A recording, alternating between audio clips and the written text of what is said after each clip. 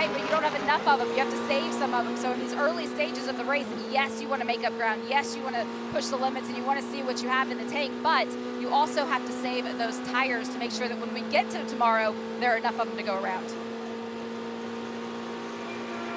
That is Jamie Howe down here in the pit lane. Ryan Marine down there for this early stint. Joe Bradley and Nick Damon, the other two voices you will hear down there over the course of the next 23 hours and change.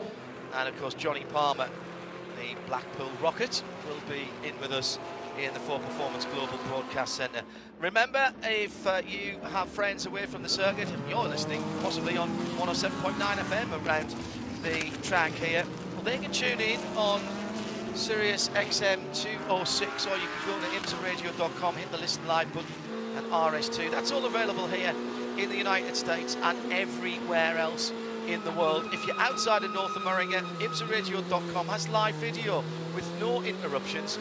All you've got to do there is go to the live video tab, either on the top left or on the drop down menu, depending on your browser, and that will take you through till after the race tomorrow. Squeaky brakes on the number 3 Corvette, which at the moment is on the high banks. That was the braking going through turn 6 for Alexander Sims in 5th position in GTD Pro. Those are the cars with the red number backgrounds, the red edges to the windscreen strip, and the red rear wing end plates. The ones with green are GTD, that's how you tell them apart. It's the only difference.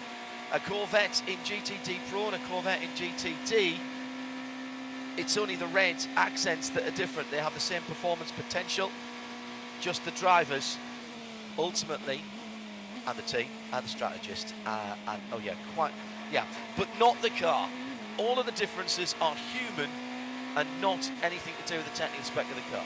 It's delivered in exactly the same condition. Comes out the factory the same way. I like that. For sure. Good. I'm stealing that. And the two Corvettes, the two factory Corvettes 3 and 4, are, it's very difficult to tell the difference between them, but the yellow one has a white Corvette sunstrip and the number 4 has a black Corvette sunstrip. Lapping is already happening as their race leader in GTP, Dries van Tor, is coming around through the tail end now of GTD, and this is where it starts. Now it is just a constant conveyor belt of traffic.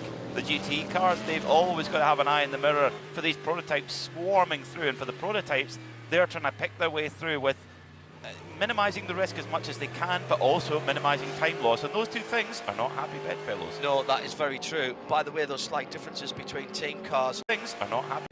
Minimising the risk. It's the official IMSA spotter guide, and just over 12 minutes into the race, and it already looks like a bad day going to work in traffic.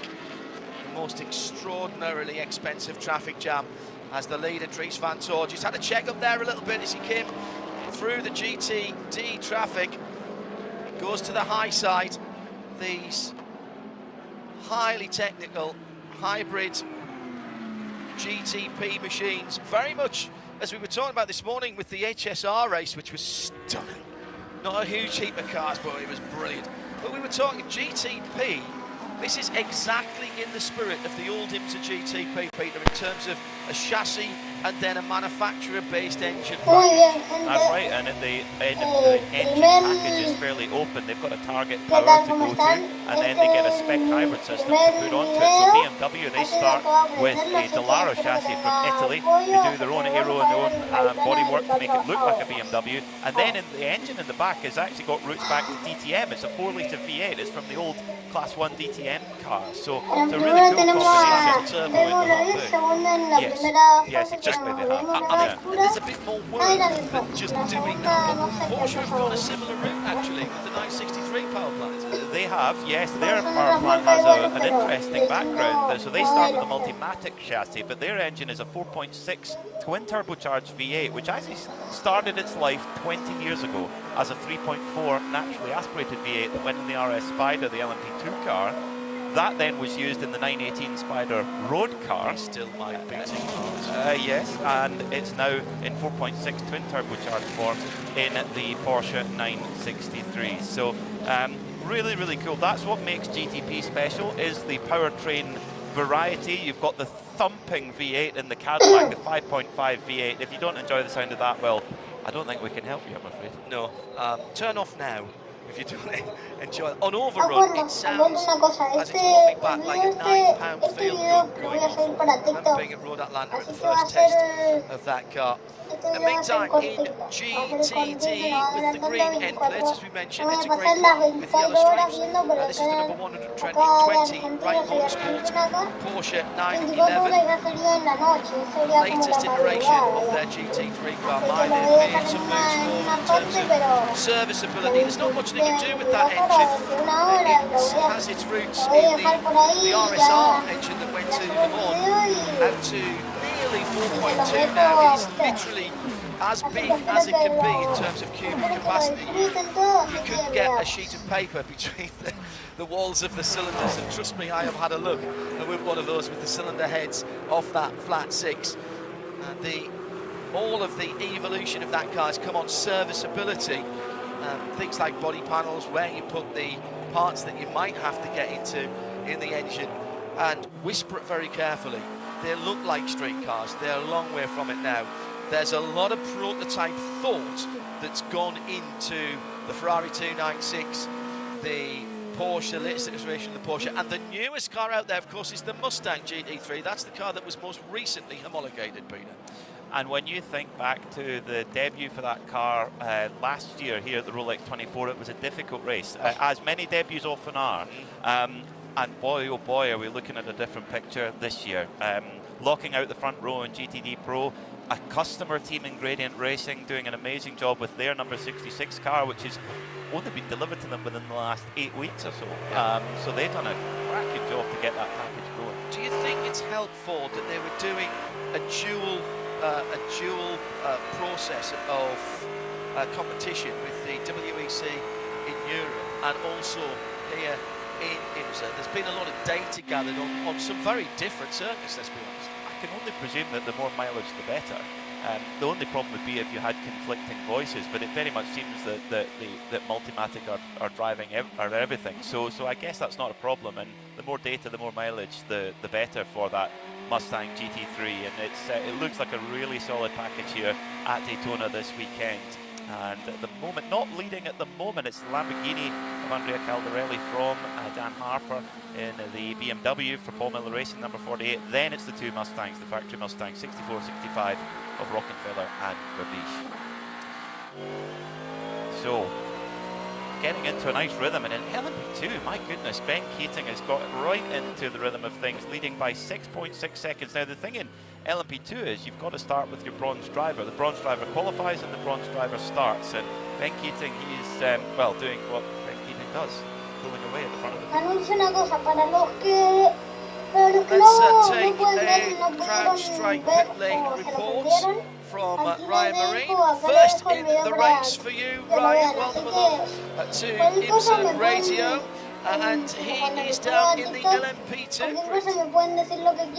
Thank you, John. So excited to be here, and excited as well to talk to our reigning GTP champion who's in the LMP2 class this year. That's Dane Cameron sliding over to join AO Racing in Spike the Dragon. PJ Hyatt in the car right now, and we were just talking about Ben Keating with the big 6-second lead. But we see your car working through some traffic on the screens. What are you seeing, Dane?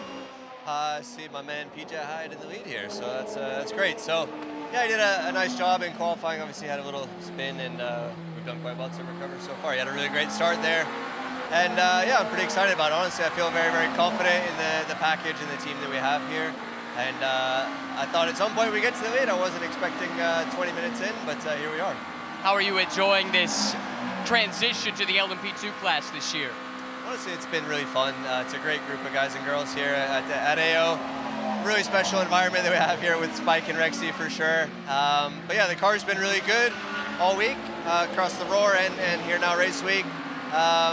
So it's pretty familiar from my time in the Acura DPI, you know, kind of the spine of the car. So honestly, yeah, it's felt like kind of an old comfortable shoe to put right back on. So still learning a couple details here and there, but I'm as confident as I ever have been for this race. And when you talk about that, the fact that Orica built the Acura DPI that you drove, this is effectively the same chassis that you're sitting in. I mean, how much of a similarity is it when you remember at the very beginning, these two cars raced against each other in the same class?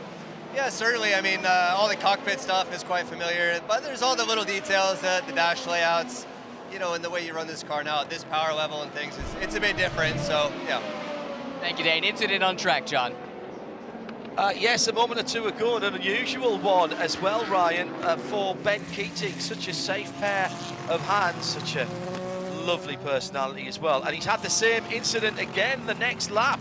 He's gone straight on at turn 5, the Western Horseshoe. One lap ago he was on the grass, and he's done the same thing. Now, is that a brake bias problem? On that number 52 wins Orica. He's got George Kurtz, his old sparring partner, right alongside him for a moment, but George can't quite make the pass as he was trying to go through there, and George actually might lose a position himself there. Well, that was very interesting. Luis